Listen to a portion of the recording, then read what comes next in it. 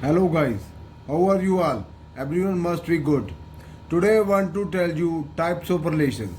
Before that, I want to tell you that we are doing discrete mathematics. Beta, that is most important. We are doing all the discrete mathematics. Not only this, after this, I am doing of graduation also. I am doing for MSc also. But we are doing with starting with discrete mathematics. Today I am telling you we are doing on next day, we are doing on tomorrow, we have done relation. Today we are doing types of relation. What are the types of relations? You have to aware of this thing. First of all, empty or void relation mean to say any set which has nothing to prove, that is said to be empty. Next is universal set. A set is said to be universal if it contains in universe. Types of relations. We have empty or void relation, mean to say said to be empty if it has nothing to prove. Then universal relation, simply definition. Then we have identity relation. I think everyone is aware of what is identity. Identity is the element which depends upon itself. Then we have most importantly, that is reflexive relation. A relation is said to be reflexive. It has two elements of same power. Mean to say if x belongs to R, that means to say x comma x belongs to R, then R is said to be reflexive. Then we have symmetric relation. A relation is said to be symmetric if xy belongs to R, then this implies y comma x also belongs to R for all x comma y belongs to A. Then we have transitive relation. If we have xy belongs to R and there is yz belongs to R, this implies x comma z belongs to R for all x y comma y comma z belongs to A. Next is antisymmetric relation. That is very important. If xy belongs to R and yx belongs to R, this implies x must be equal to y. First of all, we have most importantly, that is equivalence relation. What is equivalence relation? A relation is said to be equivalence if it is reflexive, symmetric and transitive. Mean to say anywhere if we goes, we have three properties. Anyone who is proving three properties, that is said to be an equivalence relation. Now first theorem, what we are doing for relation, if R and S are two sets, then equivalence relation, then we have to prove that their intersection is also an equivalent. Mean to say we have to prove that R intersection S is also an equivalence relation. Now first give R is a relation on a set A. It means R and S are is a subset of A cross A, that is Cartesian product. That means to say R is also contained in A cross A and S is also contained in A cross A. First of all, we are doing reflexivity. Let xy belongs to A, be any arbitrary element of A. This implies R, S are reflexive relations. This implies x belongs to A, this implies xx belongs to R and xx belongs to S, because they both are reflexive relations. So this implies x, x belongs to R intersection S. This implies R intersection S is a reflexive relation. What is symmetry relation? Let xy belongs to A such that xy belongs to R intersection S. It means to say x y belongs to R and x y belongs to S. If xy belongs to R and S, that means to say yx also belongs to R, yx also belongs to S, because R and S are two equivalence relations. This implies y x is belongs to R intersection S. Therefore, R intersection S is a symmetric relation. Now we have transitivity. What is the mean of transitivity? Let x, y, z belongs to A. This implies xy belongs to R intersection S and yz belongs to R intersection S.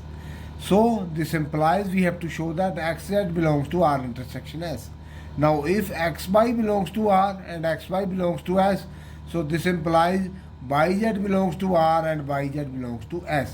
Now if xy and yz belongs to R, that means to say x, z belongs to R and similarly xy belongs to S, yz belongs to S. This implies xz belongs to S also.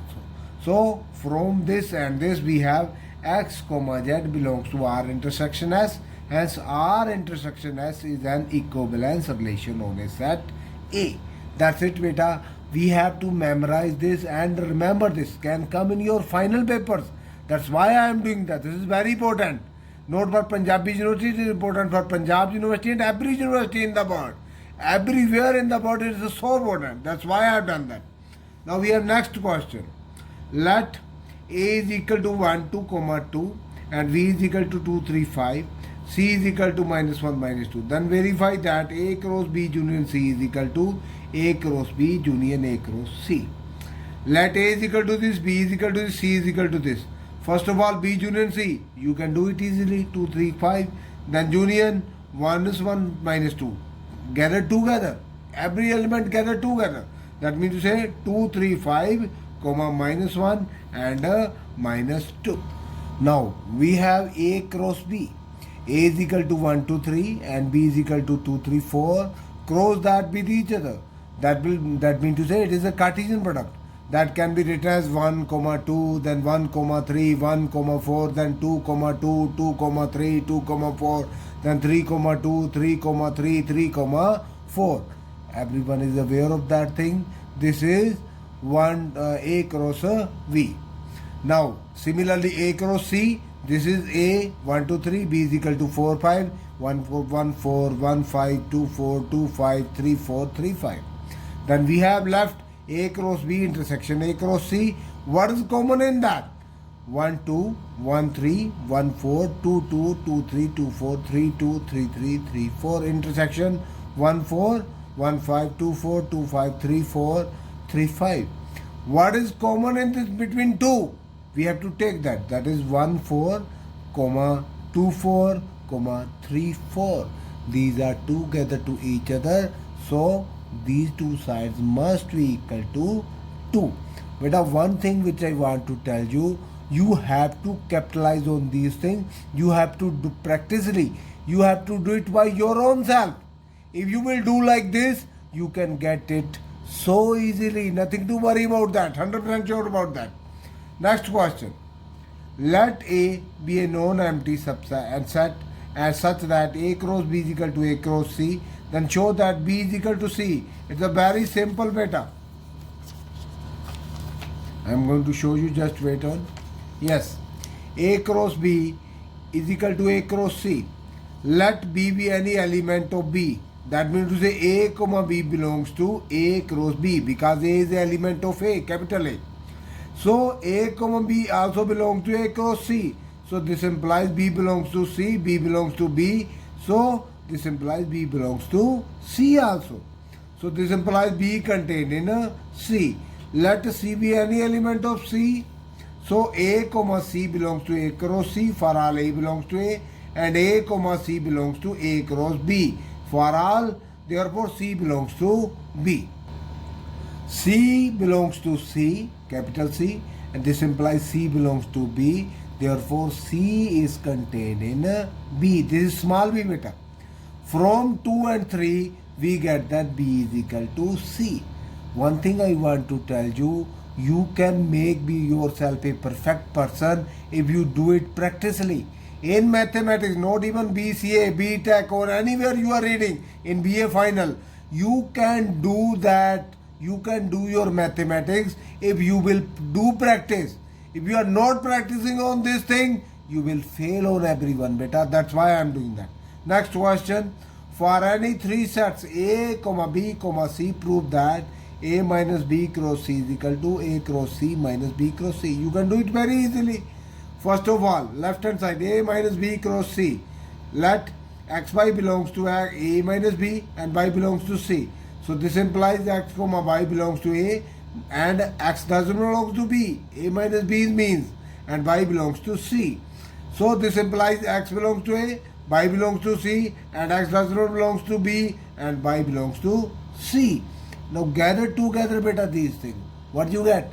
Indirectly you are getting that it depends upon A cross C and B cross C. This is the main thing beta what we are doing, that anything belongs to A cross B and B cross C. That's what we have done. That's what we have proved, beta. Do it by your own self. This is practice for you. That's why I have done that.